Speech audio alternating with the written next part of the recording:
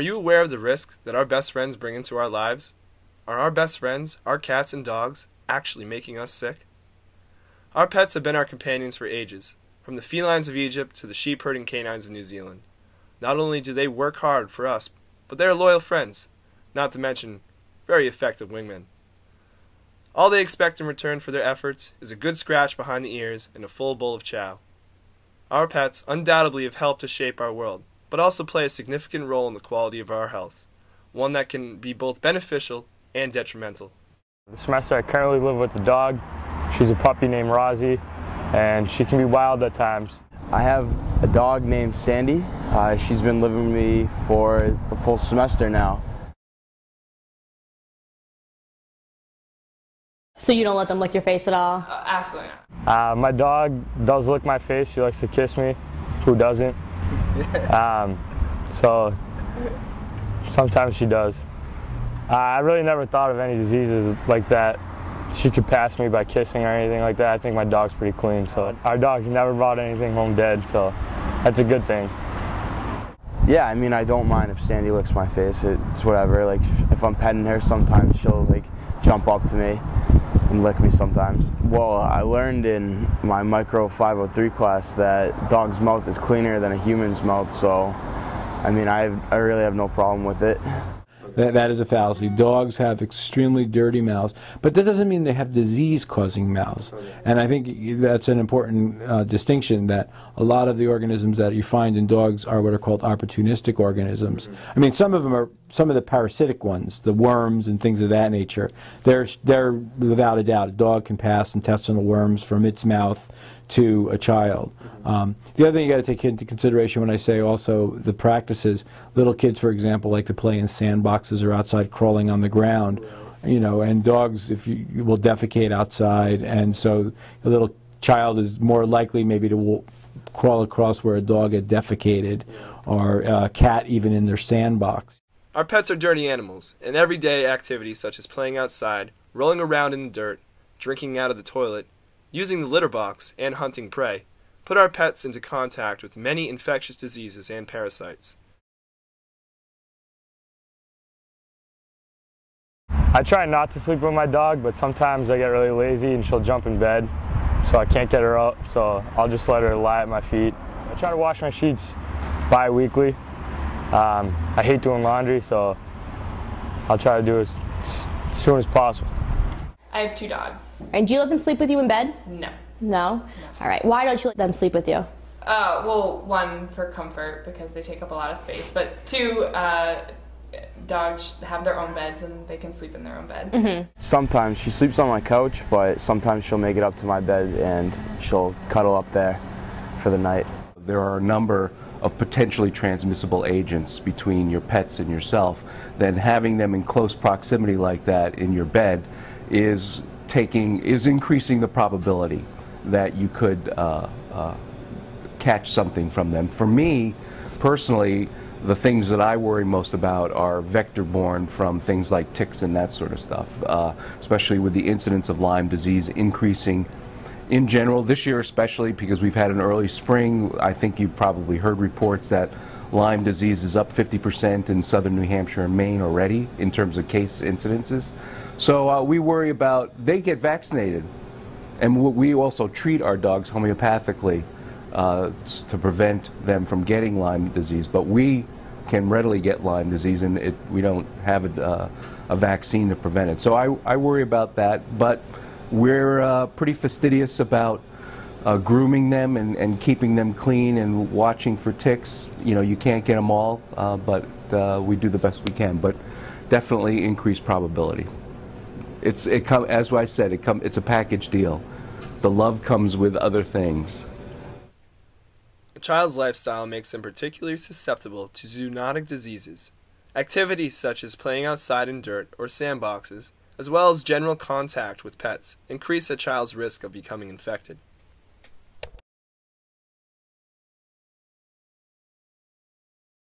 I think that they build up your immunity system, allergies, things like that.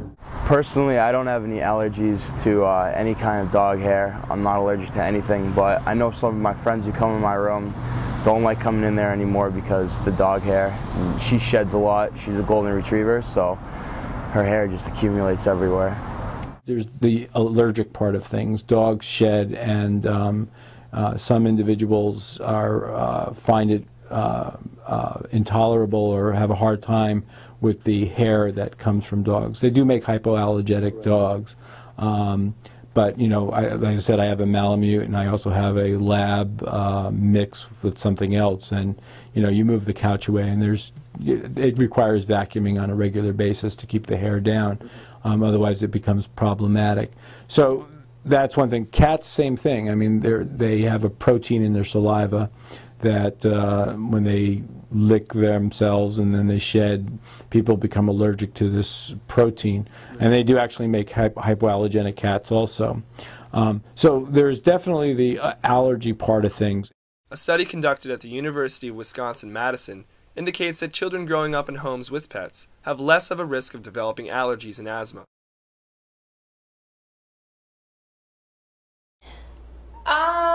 Not particularly. I mean, I think if you vaccinate your dogs, then I think you should be okay. But I'm sure there are some dogs that carry diseases. So. What about on like their fur or in their mouths?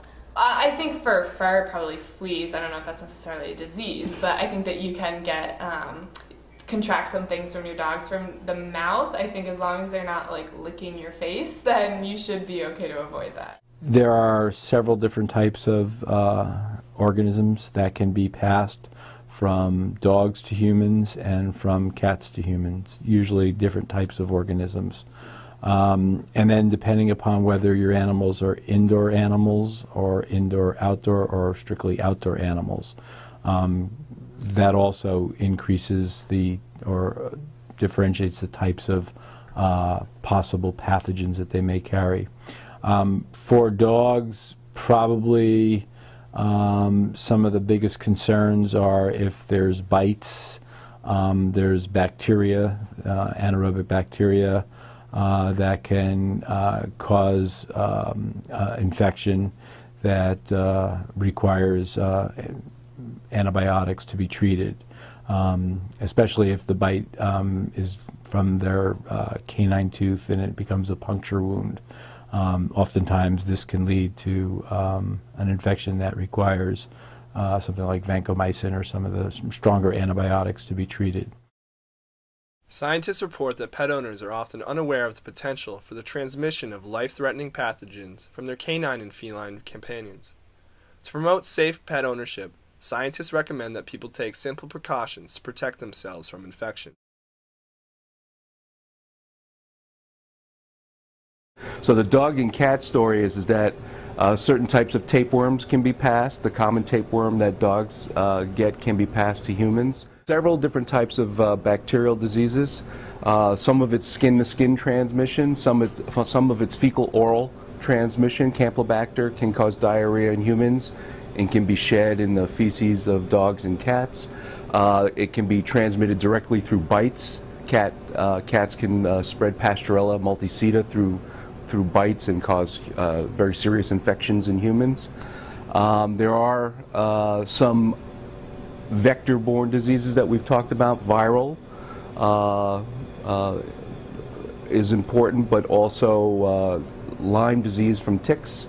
You can't get the parasite, the tapeworm, the dog tapeworm from fleas, but you can be infested by fleas from your favorite animal. So if you go top to bottom, if you go upper respiratory, if you go all classes, viruses, parasites, bacteria, there are examples in all of those groups. Parasites that infect both cats and dogs include the common intestinal parasites, roundworm and hookworm. While indications of infection are not always evident, some common pet symptoms include dulling of coat coloring, low energy, weight loss, vomiting, and diarrhea.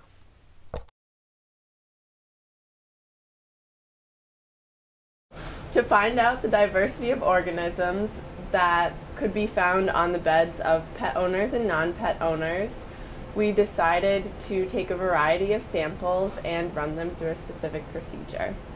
In order to do this, we took the sample and we put the sample in a plastic bag, and then we shook the sample in the bag to get all of the bacteria and dust and pet hair and everything off of the sample. We then took the sample out of the bag, and then we released all the air from the bag. We added buffered water to the bag, and then we shook the bag with the water in it so that we could concentrate the sample. We then took the sample and filter sterilized it. After filter sterilizing the sample, we took the filter paper and placed it on the nutrient agar and potato dextrose agar for 5 minutes.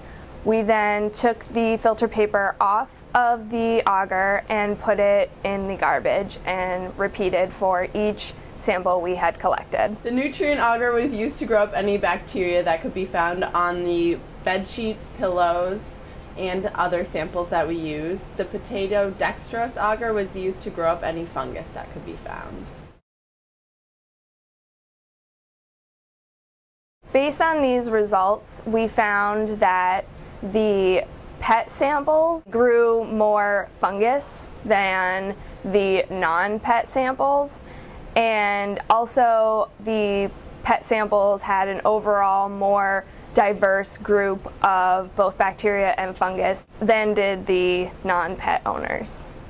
And it's important to remember that everybody has different hygiene habits.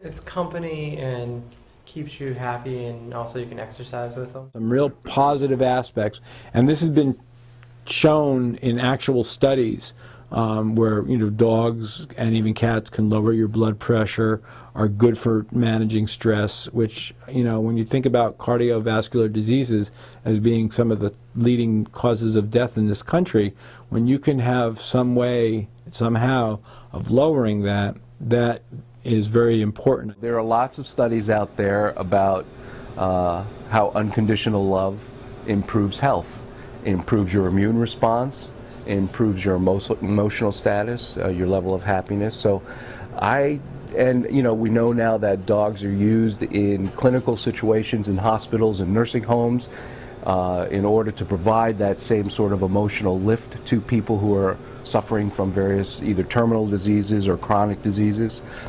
So I think that benefit, that direct benefit that's been demonstrated is huge. It's very offsets any of the potential negatives of them bringing something home that you might not necessarily like.